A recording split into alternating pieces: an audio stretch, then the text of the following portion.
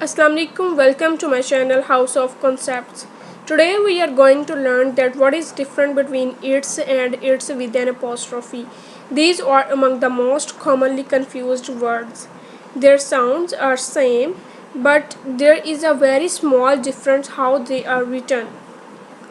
Before going into further detail, दो चीज़ें हमें यहाँ पे याद रखना होंगी। तो जब हम वो चीज़ों को यहीं पे पढ़ लेंगे तो हमें फर्दर जब हम डिटेल में उनको पढ़ेंगे तो वो हमारे साथ साथ क्लियर होती जाएंगी। फर्स्ट तो ये कि जो इट्स विदाउट एन अपोस्ट्रोफी है ये क्या है, पोजेसिव फॉर्म ऑफ इट है, यानी ओनरशिप को शो करती है, यानी किसी चीज़ की मलकियत को शो करती है। ठीक है। और जो इट्स विद एन अपोस्ट्रोफी है इसका क्या मतलब है, ये शॉर्ट फॉर्म है किसकी, इट इज़ की और इट हैज़ की। ठीक है, ये बात जो है वो आपने याद रखनी है। तो जब हम फर्दर डिटेल में जाएंगे तो ये आपको प्रॉपर तरीके से क्लियर हो जाएगी आपकी। चलें मूव करते हैं हम अपने नेक्स्ट। तो जो इट्स है विदाउट अपोस्ट्रोफी इसका मतलब है किसी चीज़ की मलकियत को ये शो करता है। ठीक है। Its is a possessive determiner that is used when we say that something belongs to something, यानी ये किसी चीज़ की ओनरशिप को शो करता है। ये बताता है कि ये चीज़ जो है वो किसी चीज़ से बिलोंग करती है, यानी ये चीज़ जो है वो ख़ास चीज़ से बिलोंग करती है, या ये चीज़ जो है ये वो उसकी है या जिसकी भी है। ठीक है। ओनरशिप को शो करता है यानी मलकियत के बारे में बताता है। ठीक है। It is a possessive form of pronoun it, ये प्रोनाउन इट की पोजेसिव फॉर्म है। और it is use for animals and the things, ये जानवरों के लिए इसको हम यूज़ करते हैं और चीज़ों की मलकियत को बताने के लिए हम इसको इस्तेमाल करते हैं। इसको हम ह्यूमन बीइंग के लिए इस्तेमाल नहीं करते। Let's move toward the example to understand it clearly. Example की मदद से हम इसको समझने की कोशिश करते हैं। The cat is eating its food, बिल्ली खाना खा रही है, किसका, अपना खा रही है। द लिखा हुआ ना इट्स, तो ये इसको पोजेशन को शो कर रहा है किसकी, फूड की, और वो किसकी है, वो बिल्ली का है, किसका है, कैट का। ठीक है।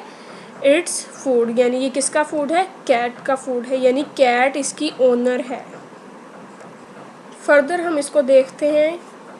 The dog is in its kennel, कुत्ता जो है वो अपने घर में है, ये अपनी कैनल में है। अब वो कैनल किसकी है, ये जो कैनल है वो किसकी है, ये बिलोंग करती है डॉग से, तो ये डॉग की कैनल है। तो इट्स मीन कि यहाँ पे ये डॉग की पोजेशन को शो कर रहा है कि ये जो कैनल है ये किसकी है, ये डॉग की कैनल है। ठीक है। और डॉग क्या है, एनिमल। तो फर्दर मूव करते हैं, एक और एग्जांपल की मदद से हम इसको समझने की कोशिश करते हैं। Please careful with the plant, its leaves are delicate. अब लीव्स किसके हैं, प्लांट्स के लीव्स हैं। तो फिर यहाँ पे जो हमने इट्स को यूज़ किया, इट्स मीन कि ये जो इट है वो यहाँ पे किसकी ओनरशिप को शो कर रहा है, ये प्लांट की ओनरशिप को शो कर रहा है कि जो लीव्स हैं वो प्लांट्स के हैं। ठीक है। तो हमें उम्मीद है कि यहाँ तक हमें इट्स की समझ आ चुकी होगी। अब हम फर्दर मूव करते हैं इट्स की जानिब विद एन अपोस्ट्रोफी के साथ। इट्स विद एन अपोस्ट्रोफी जो है ये क्या है, it is a contraction of it is और इट हैज़।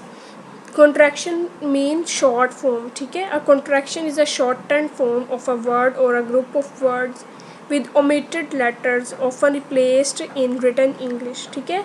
इसको हम रिटन इंग्लिश में यूज़ करते हैं, तो हम फुल वर्ड्स लिखने की बजाय हम क्या करते हैं, हम उसकी शॉर्ट फॉर्म लिख देते हैं अपोस्ट्रोफी के साथ। ठीक है। तो ये है कॉन्ट्रैक्शन है किसकी, इट इज़ की और इट हैज़। अब जहाँ भी इट विद अपोस्ट्रोफी आएगा तो इट्स मीन कि हमें पता चल जाएगा इसका मतलब है इट इज़ या it has.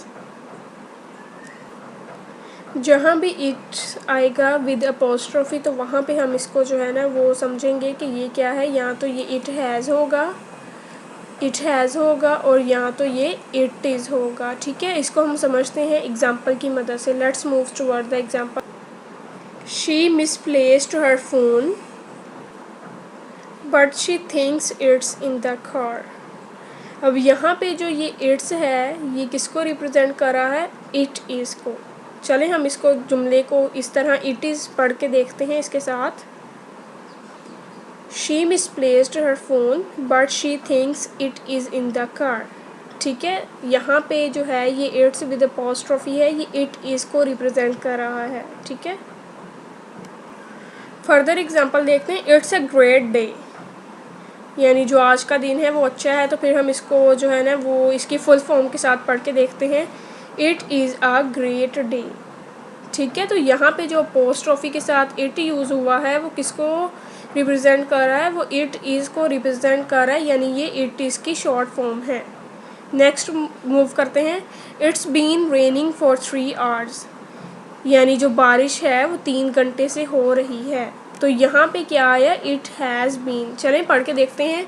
It has been raining for 3 hours, यानी जो बारिश है वो 3 घंटे से हो रही है। तो इट्स मीन कि जहाँ पर भी इट्स अपोस्ट्रोफी के साथ आएगा तो उसका मतलब होगा इट इज़ या फिर इट हैज़, और जहाँ पर भी इट्स विदाउट अपोस्ट्रोफी आएगा तो उसका मतलब है कि वो किसी चीज़ की ओनरशिप को शो करता है। आई होप कि आपको समझ आ चुका होगा। जहाँ पर इट्स विद अपोस्ट्रोफी आएगा उसका मतलब होगा इट इज़ या फिर इट हैज़। ठीक है, ये टेंस पे मैटर करता है, जो भी टेंस होगा उस लिहाज से हम इसको यूज़ करेंगे। और जहाँ भी इट्स विदाउट अपोस्ट्रोफी आएगा तो इट्स मीन कि ये किसी चीज़ की पॉजेसिवनेस को शो कर रहा है या फिर ये किसी चीज़ की मलकियत को शो कर रहा है। Thank you. अल्लाह हाफिज़।